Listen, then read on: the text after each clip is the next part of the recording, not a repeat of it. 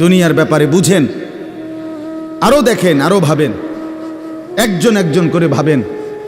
দুনিয়া আরও যদি সাজান, খোদার কসম ক্ষণিকের ক্ষণিকের ক্ষণিকের অল্প সময়ের দুনিয়া চমৎকার সাজাইয়াও তৃপ্ত হইতে পারবেন না, তৃপ্ত হইতে পারবেন। এবছর চমৎকার রং দিছেন বিল্ডিংয়ে, 2 বছরের মাথাত বিভিন্ন খান দিয়া চামড়া উঠিয়া এটা আবার যেই সেই, ঠিক কিনা বলেন? তা আবার রং দাও।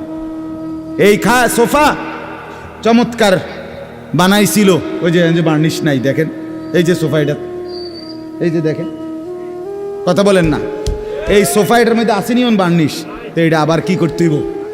তো লাভ হইল কই? দুনিয়া তো ধোকা, দুনিয়া ধোকা। এই সৌন্দর্যময় চেহারা নারী 30 বছরের ব্যবধানে উনি বুড়ি, আর কেউ ফিররা হেদিকে ফিরা সেফও হালায় না। আজ যেই যুবতী, যেই বেহায়া নারী, বেপর্দা মহিলা বাজারে বাজারে ঘুরতো, যৌবন, আরে সেটা তার সম্পদ না, তারটা হইলে তো, নিজের হইলে তো সে কখনোই বুড়া হইতো না। আল্লাহ তাআলা বলছে, আমি যখন যৌবন শেষ করে দিলাম, তো এখন আর কোন পুরুষ তার দিকে ফিররা থুতুও বালায় না।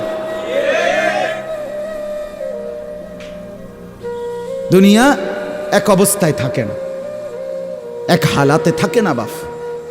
এই জন্য ছেলেদেরকেও বলি, বাপ জিন্দেগি সুন্দর করো।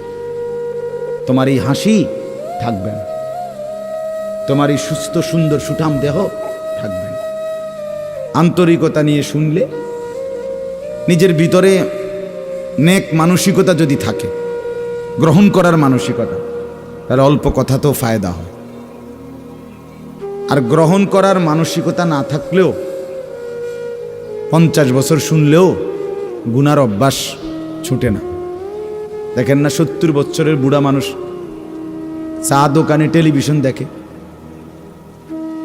তাহলে এত বড় বুড়ো মানুষ, মুরব্বী, উনি এখনো যদি বিড়ি খায়, সিগারেট খায়, এখনো যদি চা দোকানে টেলিভিশন দেখে, তো ওনার এই মন্দ অভ্যাস, বদ অভ্যাস কত বছর পরে ছুটবে? উনি আরো কয়শো বছর বাঁচলে গিয়া বুঝবে এটা গুনাহ। আর ওনার আর মেয়াদ আছে কি? এই জন্য বললাম, আপনি খবর নিলে দেখবেন 30 বছর মসজিদে আসা যাওয়া করে ঠিকই, কিন্তু যথাযথ আন্তরিকতা, দিলের মধ্যে আখেরাতের কোনো মানসিকতাই নাই, নিজেকে বদলানোর অনুভূতিই নাই, ফিকিরে নাই, সোজা কথা। পরকাল বলতে কিছু, এখন যা আছি তাই। এখন সুখে থাকলে সুখী দুনিয়া, এখন দুঃখে থাকলে দুঃখী। জিফুত যদি ঠিকমতো খানা খাদ্য খাওয়ায় খুশি, ঠিকমতো খানা খাদ্য নাই দুঃখী। এই মানে দুনিয়া পেলে খুশি, দুনিয়া না পেলে দুঃখী। লাভ লোকসান, আয় ব্যয়, হিসাব কিতাব, সুখ আনন্দ, দুঃখ বেদনা, হাসি কান্না, আবেগ অনুভূতি, সবটাই শুধুই দুনিয়াকে কেন্দ্র। এখানে কি পেলাম? এখন কি পেলাম? এখন কি পেলাম? ইনহিয়া ইল্লা হায়াতুনা দুনিয়া নামুতু ওয়া নাহইয়া। আল্লাহ তাআলা বলেন, নাফরমান আর পাপীদের জীবন কেমন হয়? কোরআনে আল্লাহ বলছেন, তাদের অবস্থা হয় এমন যে তারা বলে জীবন কেবলই দুনিয়ারটা, আর কোথাও জীবন নেই, আর কিছু নাই। নামুতু ওয়া নাহইয়া, এখানেই মরব, এখানেই বাঁচব। ওমা নাহনু বিমাবউসিন। আল্লাহ বলেন, নাফরমানদের দিলের মধ্যে এই বিশ্বাস যে আমাদেরকে পুনরায় কোথাও উঠানো হবে না। আল্লাহ যে বলছেন হাসরের ময়দানে তোমাদেরকে উঠানো হবে, সুম্মা ইন্নাকুম ইয়াউমাল কিয়ামাতি তুবআসুন। আল্লাহ তাআলা বলেন, তোমাদের প্রত্যেককে কিয়ামতের দিন হাসরের মাঠে তোলা হবে। আল্লাহ বলেন, বেঈমানের দিলে এটা থাকে না। তার কথা হলো প্রাপ্তি অপ্রাপ্তি, লাভ লোকসান, ভালো মন্দ, হাসি আনন্দ, দুনিয়া। ছেলে বিদেশ থেকে টাকা পাঠাইতেছে, খুশি। ছেলে বিদেশ থেকে টাকা টুকা ঠিক মতো দেয় না বা কামাই রোজগারি কম, জিজ্ঞাসা করবেন কেমন আছেন, কি এর বালা, আমরা আর বালা কি, হ্যাঁ কি সমস্যা কি তা চাচা, এ ফোলাগারে কত ঋণ ফিন কইরা সুদে টাকা নিয়া কিস্তিতে টাকা লইয়া বিদেশ পাঠাইছি, তেয়ন টাকা পয়সা পাঠায় না, আর বালা কি, তাহলে উনি দুঃখী কেন, টাকা নাই, আবার টাকা পাঠাইতেছে মাশাআল্লাহ, পান খাওয়ার স্টাইলই আলাদা, চা খানার ঢঙে আলাদা, কথাবার্তার স্টাইলই ভিন্ন। কেমন আছেন, আসি আল্লাহর রহমতে, আপনাকে দোয়ায়, 10 জনের দোয়ায় আল্লাহ ভালোই রাখছে। কেমনে ভালো, এতে আল্লাহর রহমতে টাকা পাঠায়, আমরা তার মা আমি আমরা মিল্লা খাইয়া পইরা ভালো আছি। তাহলে ভালো থাকে দুনিয়া, ভালো থাকলে ভালো নাই দুনিয়া, ভালো না থাকলে তো আখেরাত, কবর, মৃত্যু পরবর্তী জিন্দিগি, সের জন্য কি ব্যাপার, তার জন্য কোনো আলোচনা লাগবে না, এর জন্য কোনো কথা নাই, তাইলে কারো মধ্যে এই আলোচনা নেই, স্বামী স্ত্রী পরস্পরের আলোচনা, এই ঘর সংসার বাজার, খাট ফার্নিচার পালং সোফা, হ্যাঁ আসবাবপত্র গহনা অলংকার, এই নিয়েই পেরেশান, এই নিয়ে জিন্দিগি এর মধ্যেই আবদ্ধ। তো আখেরাত তাহলে কার জন্য, পরকাল কার জন্য? আমরা মুসলমান, আমরাই যদি পরকাল না চিনি না বুঝি, আমাদের উচ্চারণে, আমাদের অনুভূতিতে, আমাদের আচরণে, আমাদের কথাবার্তা উঠা বসার মধ্যেই যদি পরকালের কোনো নমুনা দেখা না যায়, তো হিন্দু বৌদ্ধদের মধ্যেই দেখা যাবে। কথা উত্তর দেন। কবর হাসর আখেরাতের চিহ্ন ভেসে ওঠার কথা চালচলনে মুসলমানদের মধ্যে না কাফেরদের মধ্যে? মুসলমানদের মধ্যে। কথা তো ছিলই। আল্লাহর প্রিয় বান্দারা, অসংখ্য আল্লাহর নেক বান্দাদের জীবনে আছে, রাত্রিতে ঘুমাইতেন না। জিজ্ঞেস করতে কেন ঘুমান, বলছে জাহান্নামের ভয় ঘুমাতে দেয়, কবরের ভয় ঘুমাইতে দেয়। হযরত আবু বকর সিদ্দিক রাদিয়াল্লাহু তাআলা আনহুর মতো সাহাবী আফসুস করে বলতেন, হায় আমি যদি একটা গাছের পাতা হতাম, আমাকে যদি একটা চতুষ্পদ জন্তু, গরু কিংবা ছাগল, সেই পাতাটা যদি খেয়ে ফেলত, অর্থাৎ আমি যদি মানুষ না হতাম। অথচ কি পরিমাণ আমলের অধিকারী ছিল। হযরত ওমর রাদিয়াল্লাহু তাআলা আনহুর চেহারা, কপালের দুই পাশ থেকে লম্বা অঝরে কান্নার কারণে দাগ পড়ে গেছিল। হযরত ওমর রাদিয়াল্লাহু তাআলা আনহুর ইন্তেকালের মুহূর্তে হযরত আব্দুল্লাহ ইবনে আব্বাস সাহাবী, তিনি বলছিলেন, আপনাকে আল্লাহ তাআলা অনেক মর্যাদা দিয়েছেন, আপনি 10.5 বছর মুসলমানদের খলিফা ছিলেন, আপনার মাধ্যমে আল্লাহ তাআলা দিক দিগন্ত মুসলমানদের বিজয় দান করছেন। কত রাজ্য, কত এলাকা আপনার এই 10 বছরে বিজয় হয়েছে। আপনার অনেক সম্মান, অনেক মর্যাদা, অনেক গুণ, অনেক বৈশিষ্ট্য। হযরত ওমর রাদিয়াল্লাহু তাআলা আনহু,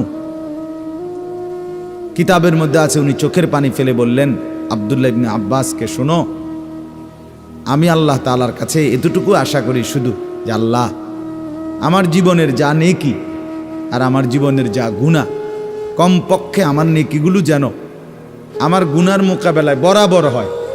অর্থাৎ এতটুকু নেকি যেন কমপক্ষে হয় যে গুনাহগুলোকে মোচন করে দেয়, নেকিগুলো দিয়া গুনাহগুলো যেন মিটে বরাবর হয়। এর দূরে যদি হয় তো আমি আল্লাহর কাছে সন্তুষ্ট নিজেকে মনে করি, আমার এর দূরে সারব। অর্থাৎ নিজের এই বিপুল পরিমাণ নেক আমলকে কিছুই মনে করেন, সামান্য। তা আমাদের পুঁজি কোথায়?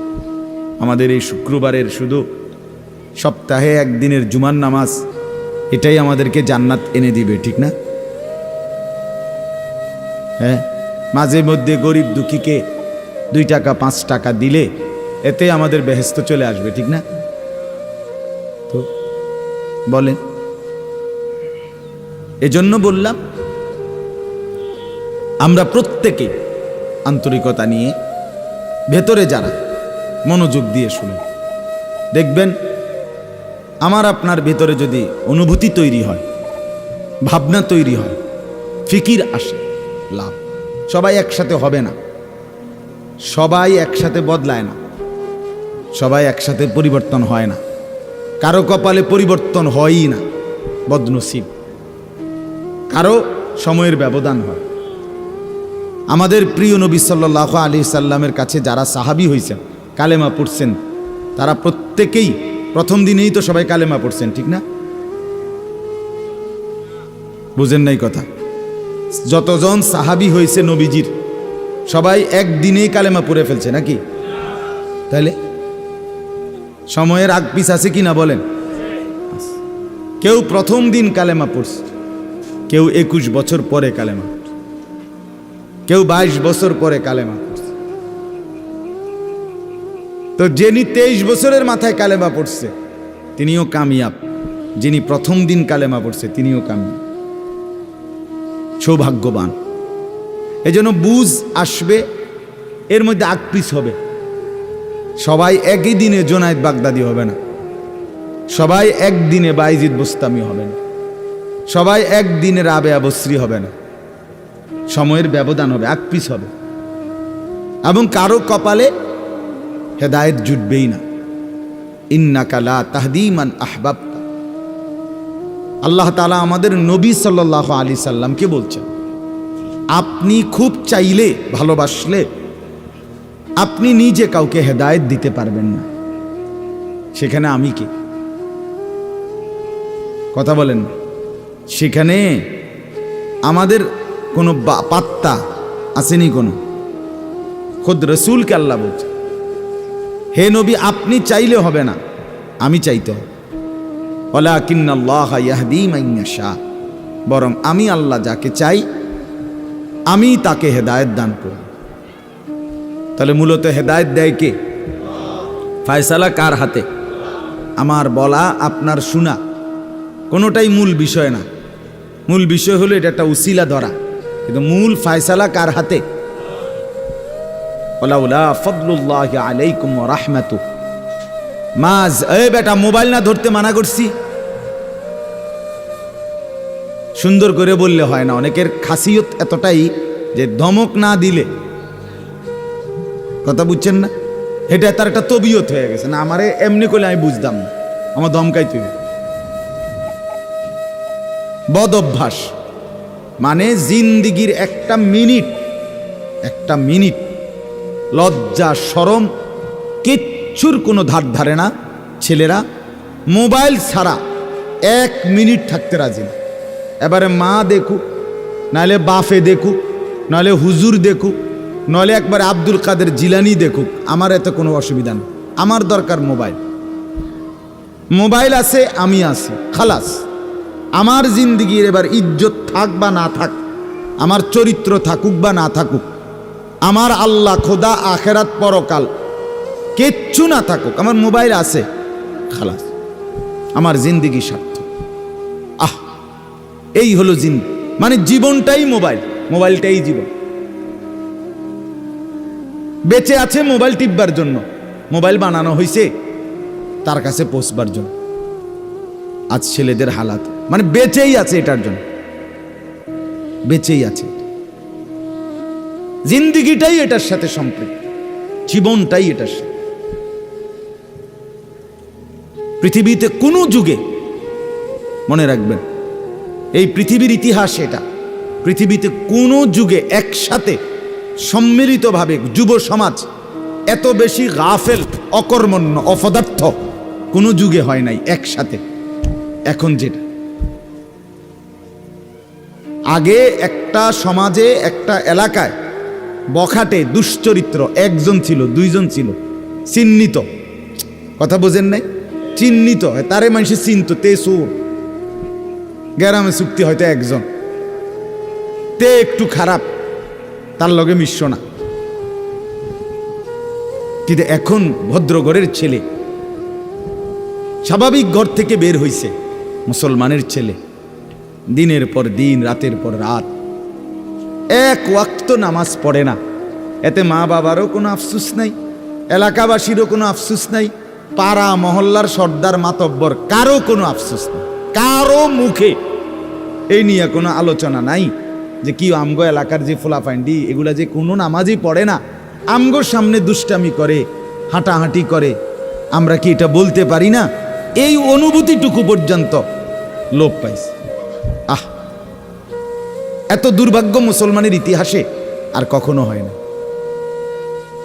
বেনামাজি আগেও ছিল, কথা বোঝেন নাই, বেনামাজি আগেও ছিল, এতটা গাফেল আগে ছিল, মা বাপ এত অসচেতন আগে ছিল। আমার মনে আছে আমরা প্রাইমারি স্কুলে হিন্দু স্যার জমের মতো ভয় পাইতাম, হিন্দু মাস্টার, কিন্তু ভীষণ ভয় করতাম। স্যারে দেখলে মাইরা লেবে, এতটা ছিল একটা সময়। কত আজ থেকে 500 বছর আগে, ঠিক না? আমার বয়স ধরেন 500 বছর, আমি আদি যুগের মানুষ, এরম নি তো। আমার বয়স 42 বছর রানিং, শুরু হয়েছে 41 শেষ হয়েছে, তাহলে 30 বছর আগের কথা। আমার পড়ালেখার প্রাইমারি ছোটবেলার জীবন 30 বছর আগের কথা না, 30 বছর আগে। তাহলে এই জন্য বললাম জিন্দিগিটা মোবাইলটার উপরে তুলে দিস, হাসি কান্না আনন্দ বেদনা, হাসলে কাশলে, পেশাব পায়খানা টয়লেট বাথরুম, হ্যাঁ, হোটেল রেস্তোরাঁ পার্ক, যেখানে যখন যাবে 24 ঘন্টার মেইন কাজ আগে একটা ছবি উঠান, এরপরে বাকি কাজ। আমি সেদিন ওই ফেরির মধ্যে উঠছি, বুঝছেন, ফেরি পার হমু আর কি, আমার গাড়ি উঠছে, আমিও উঠছি, তো দেখলাম যে মোটরসাইকেল দিয়ে এক ছেলে ফেরিতে, মোটরসাইকেলটা নিয়ে উঠছে ফেরিতে, ওইটা মাত্র এক পাশে এটারে ব্রেক করে থুইয়া মানে 1 মিনিট দেরি হয়েছে না, আগে এটার পাশে দাঁড়াইয়া একটা ছবি উঠাইছে, আগে উঠাইয়া চুলটুল ঠিক করে ছবিটা 2-3টা পোস্টে উঠাইয়া এরপরে হেঁটে চারিদিকে চাইছে যে আগে মানুষ আসেনি আরো না, আমি শুধু ফেরি। মানে তার প্রথম দায়িত্ব কি উঠানো, ছবি উঠা। তাহলে কি পরিমাণ ছাগল মানুষের বাচ্চা পরিণত হইছে, বুঝতেছেন? তুমি মোটরসাইকেলের লগে খাড়াইয়া ফেরির মধ্যে ছবি উঠাইয়া ফেসবুকে দিলা, তোমার এটা কোন ছাগলে দেখবো? এটার মধ্যে দেখার কি আছে? মোটরসাইকেল কি বাপ দাদা 14 গোষ্ঠী কেউ চালাইছে না? কথা বলেন না কেন? তো তুমি এটা কিতা দিয়ে আইলা, কি দেখুন কি আছে এটা? মোটরসাইকেলে কি আশ্চর্য আর তুমি কি আশ্চর্য? কথা বলে এমন যদি হইতো যে আমি চাঁদের দেশে গিয়ে মাত্র মোটরসাইকেলটা থুইয়া এখন চাঁদের দেশের থেকে একটা কি দিছি, মাশাআল্লাহ ভালো কথা, তো বেড়া চাঁদের দেশে মোটরসাইকেল চালায়, এটা একটা বিশেষ কিছু হইতে পারে। কিন্তু এনতে রোডেতে চালাইয়া গিয়া ফেরি উঠছে, এটার মধ্যে আশ্চর্যের কি আছে? মানে রুচির দুর্ভিক্ষ, রুচিহীনতা, মন মানসিকতা একদম নিচে নেমে গেছে, একদম অনুভূতি বিবেক লোপ পেয়ে গেছে, মা বোনদের বেহায়াপনা চূড়ান্ত সীমায় নেমে গেছে। মহিলারা পুরুষ সামনে দোনো পাশে ডানে বামে হাঁটতে উঠতে লড়তে দৌড়তে কোনো লজ্জাবোধ করে না। কি বেড়ার গাত লাগে না, বেড়িতের গাত লাগে না, অটোর গাত লাগে না, সিএনজির গাত, এত সময় নাই, বুড়ি ব্যস্ত। বাজার, মার্কেটিং, দোকান, কেনাকাটা, আফসোসের ব্যাপার। মানে এটাই বললাম আর কি, একসাথে সবাই, অধিকাংশ, বেশিরভাগ অধপতন একসাথে মুসলমানের সমাজে 1450 বছরে আর কখনো এতটা ছিল না। অল্প অল্প ছিল, অল্প অল্প, একজন দুইজন। বেপর্দা নারী, বেহায়া মহিলা, লজ্জা শরম কম, এরম বেডি ছিল একজন দুইজন, 2 গ্রামে 4 গ্রামে। কিন্তু মা বোনদের এখন বাজার আর মার্কেটিং দেখলে মনে হয় না আপনি জিগাইয়ের খবর লইতে বোঝে আপনি বাইক থাকেন কোন টাইমে, সপ্তাহে কোন দিন আপনি বাড়িতে থাকেন কখন আপনি টের। আপনি শনিবারও দেখবেন এবড়ি বাজারে, রবিবার, সোমবার, মঙ্গলবার, বুধবার, বৃহস্পতিবার, শুক্রবার, শীত, গরম, রোদ, বৃষ্টি, বান, তুফান, ঘূর্ণিঝড়, টর্নেডো, সাইক্লোন, সিডর, মহামারী, করোনা, আরও যদি কিছু থাকে, উনি মার্কেটে যাবেন, বাজারে যাবেই। আফসুসের ব্যাপার, আফসুসের ব্যাপার, আফসুসের ব্যাপার। আমরা অতিরিক্ত আত্মবিস্মৃত জাতি হিসেবে পরিগণিত হচ্ছি। তো বলতেছি ইনশাআল্লাহ, আমি এই কথাগুলো বললাম, অর্থগুলো আমরা বেফিকির হয়ে গেছি। মুসলমানের সবচেয়ে বড় সম্পদ, এক মুমিনের সবচেয়ে বড় সম্পদ,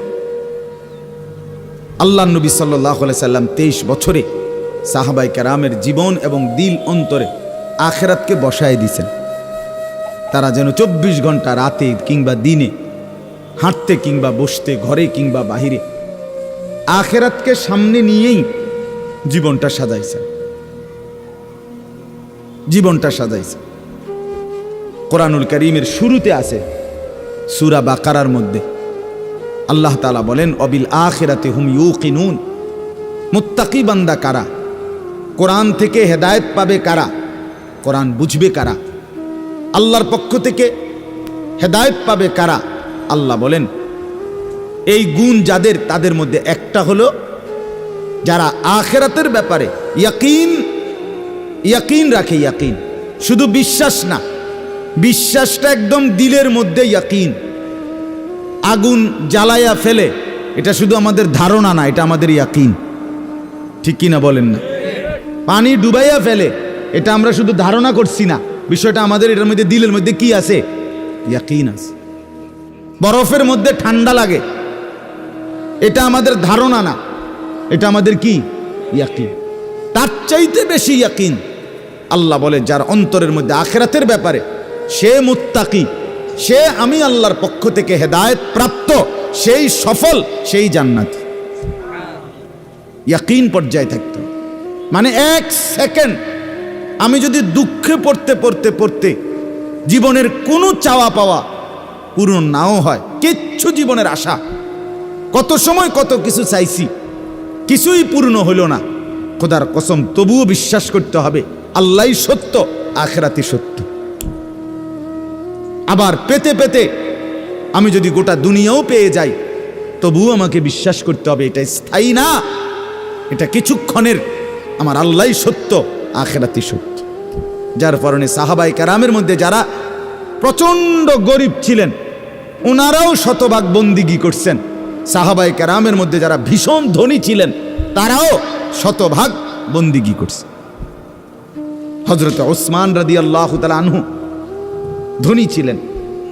হযরত আব্দুর রহমান ইবনে আউফ রাদিয়াল্লাহু তাআলা আনহু অনেক বড় ধনী ছিলেন। 100 উট ওই জামানায়, নবীজির জামানায়, নবীজির ইন্তেকালের পরে এক সালানে 100 উট বোঝাই মাল হযরত আব্দুর রহমান ইবনে আউফের মদিনার বাজারে সালান ঢুকতো, পাইকারি মাল আসতো 100 উটে করে। সেই যুগে, আজ থেকে 1300 বছর 1400 বছর আগে, আপনি বলেন তো কি পরিমাণ ধনী ছিলেন তিনি। একদিন শুধু হযরত আয়েশা রাদিয়াল্লাহু তাআলা আনহা, নবীজির স্ত্রী, বলছিলেন, আব্দুর রহমান, তোমার এই বিপুল মাল, এগুলার হিসাব দিতে দিতে তুমি তো হাসরের ময়দানে ফুলসিরাত পার হতে গিয়া তোমার কোমর বাঁকা হয়ে যাবে। আমরা কিতাবে পড়ছি সাহাবী আব্দুর রহমান ইবনে আউফ, ওনার উট 100 উটের মাল মদিনার বাজারে পাইকারি চালান নামাইতেছিল। তখন উনি এই সময় শুনছে এই কথাটা, ওনার কানে আসছে। সাথে সাথে সবাইকে ডেকে বলছে, ব্যবসায়ীদেরকে, বাজারের লোকদেরকে, তোমরা সবাই সাক্ষী থাকো। আমি আব্দুর রহমান আল্লাহকে কসম করে সাক্ষী রেখে বললাম, এই 100 উট বোঝাই মাল সহ আমি আল্লাহর রাস্তায় সদকা করে দিলাম। বিনিময়ে তবুও আমি কেয়ামতের দিন আখিরাতে ফুলসিরাত বাঁকা হইয়ে পার হইতে চাই না, সোজা হইয়া পার হইতে চাই। আখিরাত হারাইতে চাই না, পরকাল হারাইতে চাই না। দুনিয়া হারাইয়ে ফেললাম, দুনিয়া হারিয়ে ফেললাম। দুনিয়ায় কোনো লস নাই, কারণ দুনিয়া পুরাটাই লস। আলগা লস আবার কি তা? কথা বুঝেন নাই আপনি? দুনিয়া পুরাটাই কি লস, আলগা লস কি তা? বিশ্বাস করে 500 টাকা জাগাত লস খাইলাম না রে মিয়া, দুনিয়া পুরাটাই লস। সোফা এটা পুরাটাই লস, কারণ এটা কোনো আখিরাতে যাবে না। কথা বলেন না কেন? এই দামি বিল্ডিং এটা পুরাটাই লস, এটা যাবে না, এটা যাবে। কিন্তু সেজদা পুরাটাই লাভ। এটা একটা সেজদা দুনিয়াতেও কল্যাণ আনবে, আখিরাতেও জান্নাত আনবে। এটা লাভই লাভ, এটা লাভই লাভ। এজন্য সবাইকে বললাম, শুনেন সবাই, কিন্তু সবাই বদলায় না কা, এটা আপনার ভাবার দরকার। আপনি বদলাবেন কিনা সেটা ভাবার দরকার। সবাই লইয়া চিন্তা করলে একসাথে, যে যেদিন আমরা গ্রামের সবাই ভালো হবে, নামাজি হবে, সেদিন থেকে আমিও পড়মু, তাইলে হইতো না। আপনি জীবনও পারতেন, তাইলে পারতেন না। আপনি আগায় যাইতে হবে আলাদা, অন্যকে ডাকতে হবে আল্লাহর দিকে, কিন্তু নিজেকে বাদ দেওয়া যাবে না। নিজের জীবন গঠন করতেই হবে, নিজের জীবন। আমি আপনাদের সবাইকে বললাম এশার নামাজ পড়েন। এখন সবাই পড়লো না দেখে বুঝি আমি পড়তাম না। কথা বলেন না কেন? সবাই পড়ছে না দেখা আমিও পড়তাম না, এটা কথা? এটা কোনো যুক্তির কথা হলেও নি কথা বল। এই জন্য বললাম এটা গুরুত্বপূর্ণ। আমরা এটা বুঝি কম। আমরা শয়তানে বুঝাই দিছে, ইবলিসে, যে বলবি কি করমু, গ্রামের সবাই এটা কয়, 10-এর এটা মানুষের, এইটা এই মানুষের উপরে বলে, সবাই বলছে। সবাই বললে কি হয়েছে? তাই বলে আপনি, সবাই বলছে পানির ঝাঁপ দিতে, এজন্য আপনি পানিতে ঝাঁপ দিবেন। সবাই বলছে আগুনে পড়তে, এজন্য আপনি আগুনে পড়ে যাবেন। কোনো বাস যদি অ্যাক্সিডেন্ট হয়, 50 জন যাত্রীর মধ্যে যদি 49 জনও মারা যায়, আর একজন লোক যদি বুঝে সে বাঁচতে পারবে, বের হইতে পারবে, এই কারণে সে যে না 49 জন মরে গেছে, যেহেতু আমার আর বাচ্চা লাভ কি, আমিও মরে যাই, এটা নিয়ে কই বসে, সে কি একা হলেও বাঁচতে চাইবে না? তাহলে আপনি জাহান্নাম থেকে বাঁচতে চাইবেন না কেন? সেটা কি আগুন না? সেটা কি এর চাইতে বড় বিপদ না? তো এই জন্য কোরআনুল কারীমে আল্লাহ তাআলা বলছেন, প্রথমে সবার কথা বলার আগে বাই সিরিয়াল নবীজিকে, ইমানদারদেরকে সবার কথা বলছে, কিন্তু সবার আগে বলছে কু আনফুসাকুম। আগে এটা বলে নিছে, আগে নিজেকে বাঁচাও, এরপর ও আহলিকুম, পরিবারকে বাঁচাও, এরপর লিতুনদিরা আহলাল কুরা, লিতুনদিরা উম্মাল কুরা ওমান হাওলাহা, নিজ এলাকা এবং তার আশপাশের মানুষকে বাঁচাও, এরপরে বাঁচাও। তাহলে এটা পরে ধীরে ধীরে, আগে নিজেকে বাঁচাও, এরপর পরিবারকে বাঁচাও। ও আনদির আশিরাতাকাল আকরাবিন, এরপর আত্মীয় স্বজনদেরকে বাঁচাও, এরপর মহল্লাবাসীকে বাঁচাও, এরপর গোটা পৃথিবীবাসীকে বাঁচাও। ধীরে ধীরে আগাও, ঠিক আছে, সেগুলোর মধ্যে কম বেশ হইতে পারে, কিন্তু নিজের ব্যাপারে এক বিন্দু ছাড় দিও না, নিজের ব্যাপারে কোনো কমতি করো না। এটা আল্লাহর চাহিদা। ইয়া আইয়ুহাল্লাযীনা আমানু আলাইকুম আনফুসাকুম, রব্বুল আলামিন বলেন, হে ঈমানদারগণ, আলাইকুম আনফুসাকুম, তোমরা প্রত্যেকেই তোমাদের নিজেদেরকে আঁকড়িয়ে ধরো। আলাইকুম আনফুসাকুম, নিজেকে মজবুত করে ধরো। লা ইয়াদুররুকুম মান দাল্লা ইযা হাতাদাইতুম, আল্লাহ তাআলা বলেন, যে যদি তুমি তোমাকে নিজেকে মজবুত করো, সাজিয়ে তোলো, গড়ে তোলো, আল্লাহ তাআলা বলেন এবার যদি গোটা পৃথিবী গুমরা হয়, খোদার কসম আল্লাহ বলেন তোমাকে আর কেউ পথভ্রষ্ট করতে পারবে না, পথভ্রষ্ট করতে পারবে না। হযরত বাইজিদ বুস্তামি রাহমাতুল্লাহর জীবনীতে আমরা পড়ছি, উনি বলছেন আল্লাহ তাআলার মহব্বত আর মারেফাতের সাধনা করতে করতে আমার দিলের অবস্থা আলহামদুলিল্লাহ এক সময় এমন হয়েছে যে রাস্তার নারী আর রাস্তার দেওয়াল দুইটার মধ্যে আমার কাছে আলাদা কোনো পার্থক্য মনে হইতো না। আমাদের পাকিস্তানের বিশ্ববিখ্যাত দাঈ, দাওয়াত ও তাবলীগের মুরব্বী হযরত মাওলানা তারেক জামিল সাহেব দামাত বারাকাতুহুম বলেন, দীর্ঘ 25 বছর টানা পৃথিবীর কত দেশের আমি ঘুরছি, উনি সারা বিশ্ব ঘুরে প্রমাণ বয়ান করেন যে এই 25 বছরের ভিতরে আমি আল্লাহকে সাক্ষী রেখে বলতে পারি একবারের জন্য আমার চোখ কোনো ভিন নারীর দিকে ইচ্ছা করে আমি তুলিনি। হ্যাঁ, আমার শায়েখ আরিফ বিল্লাহ আল্লামা মুফতি মুশতাকুন নবী কাসেমি হজরতের কাছে আমি শুনছি, হজরত বলছেন যে আল্লাহ তাআলার দয়া যে রাস্তায় বের হলে মহিলা রাস্তায় হাঁটে, আমার কখনো এটা মনেই হয় না। আপনি বলবেন হ এটি বুঝি কথা, হয় এটি কথা, এটাই কথা, এটাই কথা। আপনি বলবেন এটা বুঝি সম্ভব না, আপনি নিজের ব্যাপারে নাফরমানি করে নিজেরে নষ্ট করে ফেলছেন বইলা এখন সম্ভবটা আপনার কাছে বুঝে আসতেছে, তাহলে এটাই সম্ভব, এটাই সম্ভব।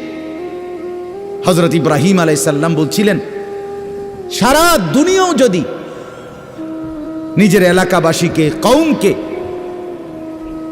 নমরুদকে, সবাইকে বলছে হে আমার জাতি, তোমরা যদি প্রত্যেকেই একটা একটা মূর্তি সাথে করে বগলের তলে আইনা আমার সামনে স্তূপ দাও, তাহলে এই লক্ষ মূর্তিও যদি আমার সামনে আইনা থও আর এটার উর্ফে যদি আমারে দাঁড় করাও স্তূপের উপরে, হযরত ইব্রাহিম বলছিলেন খোদার কসম আমি সেই মূর্তির স্তূপের উপরে দাঁড়িয়েও বলবো লা ইলাহা ইল্লাল্লাহ,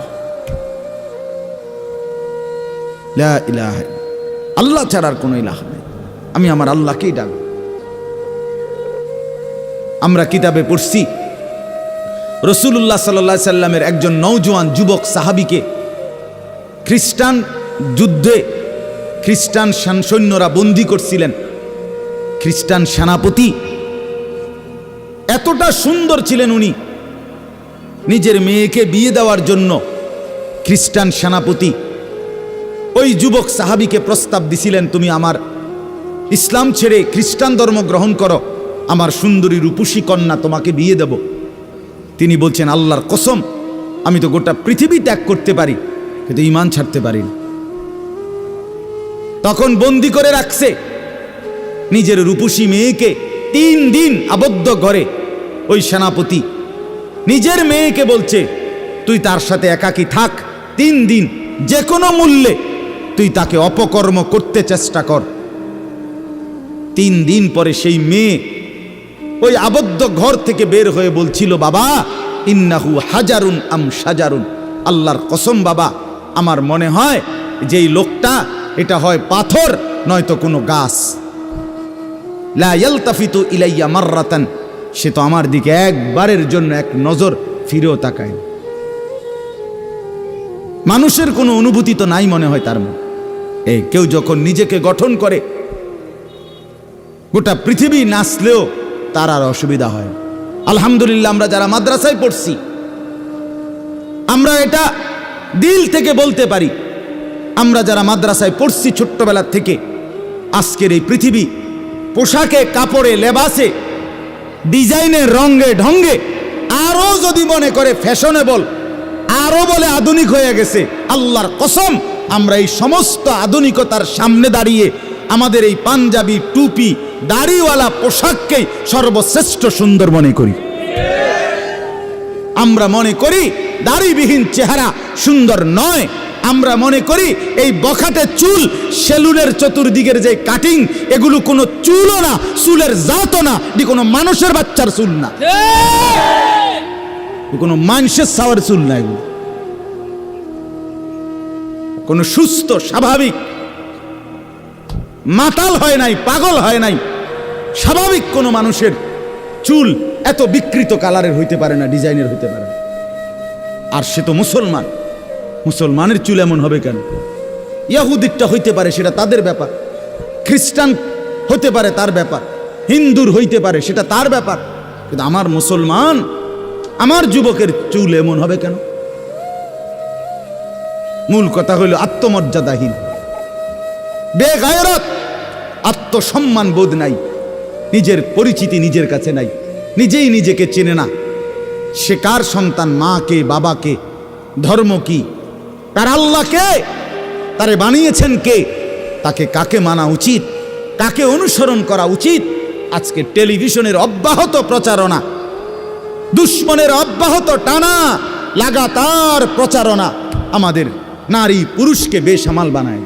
সবাই মিলে পাগল যে কাফেরের মতো সাজো, দুশ্মনের মতো সাজো, ইহুদির রঙই রং, খ্রিস্টানের সাজে সাজ, কাফের বেঈমান নাস্তিক মুরতাদ তাদের রং ঢং, তাদের চুল, তাদের লেবাস, তাদের জামা, তাদের শাড়ি, তাদের গহনা, তাদের প্যান্ট, তাদের লেবাস, তাদের পোশাক, এটাই সৌন্দর্য, এটাই আকর্ষণীয়। এটা হলো মূলত রুচিহীনতা, বিকৃত মানসিকতা, আত্মসম্মান বোধ, আত্মপরিচয়হীন ব্যক্তির পরিচয়।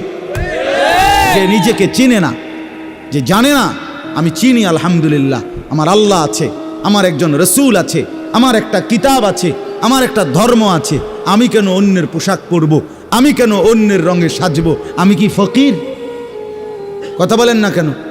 আমি ফকির নাকি বেটা? আমি তোরটা মতো মানবো কেন? আমার আল্লাহ আছে না, আমার রসুল আছে না, আমার লক্ষ চাইতে বেশি সাহাবী আছে না, আমার আউলিয়ায়ে কেরাম আছে না, ওলামায়ে কেরাম আছে না। তাইলে এজন্য দয়া করে প্রত্যেকেই ফিকির করেন, আত্ম উপলব্ধি বড় নিয়ামত, বড় নিয়ামত। নিজেকে চিনা, নিজের বুঝ বুঝা, দুনিয়ার ব্যাপারে বুঝেন, আরো দেখেন, আরো ভাবেন, একজন একজন করে ভাবেন। দুনিয়া আরো যদি সাজান, খোদার কসম ক্ষণিকের ক্ষণিকের ক্ষণিকের অল্প সময়ের দুনিয়া চমৎকার সাজাইয়াও তৃপ্ত হইতে পারবেন না, তৃপ্ত হইতে পারবেন। এবছর চমৎকার রং দিছেন বিল্ডিংয়ে, 2 বছরের মাথাত বিভিন্ন খান দিয়া সামরা উঠিয়া এটা আবার যেই সেই, ঠিক কিনা বলেন? তা আবার রং দাও। এই সোফা চমৎকার বানাইছিল, ওই যে বার্নিশ নাই, দেখেন এই যে সোফা, এটা এই যে দেখেন, কথা বলেন না, এই সোফা এটার মধ্যে আসেনি অন বার্নিশ, তো এটা আবার কি করতে হইব? তো লাভ হইল কই? দুনিয়া তো ধোকা, দুনিয়া ধোকা। এই সৌন্দর্যময় চেহারা নারী, 30 বছরের ব্যবধানে উনি বুড়ি, আর কেউ ফিররা সেদিকে ফিরা সেফও হালায় না। আজ যেই যুবতী, যেই বেহায়া নারী, বেপর্দা মহিলা বাজারে বাজারে ঘুরতো, যৌবন, আরে সেটা তার সম্পদ না, তারটা হইলে তো, নিজের হইলে তো সে কখনোই বুড়া হইতো না। আল্লাহ তাআলা বলছে, আমি যখন যৌবন শেষ করে দিলাম, তো এখন আর কোন পুরুষ তার দিকে ফিররা থুতুও বালায় না,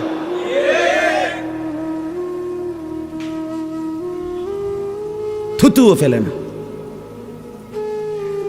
হায়াতের প্রত্যেক মুহূর্ত আল্লাহর দান। দুনিয়া অল্প ক্ষণিকের, দুনিয়ার প্রত্যেকটা অবস্থা পরিবর্তনশীল। এই যে বৃষ্টি হচ্ছিল, এখন নাই, আবার একটু পরে হইতে পারে। এই যে অন্ধকারে ঢাকা, এটা স্থায়ী না, একটু পরে আবার সকাল হবে। এই যে চমৎকার আলো, এটা স্থায়ী না, একটু পরে আবার সন্ধ্যা হবে। এই তো হাসতেছে লোকটা, কিছুক্ষণ পরে আবার কাঁদবে। এই সুস্থ মানুষ, কিছুক্ষণ পরে আবার ব্যারাম, রোগ, এরই নাম দুনিয়া। ঘুরতে থাকে, পরিবর্তনশীল, স্থায়ী না, অল্প সময়, অল্প সময়। দুনিয়া অল্প কিছুক্ষণের, আখিরাত স্থায়ী, মৃত্যু পরবর্তী জিন্দেগি স্থায়ী। সেটা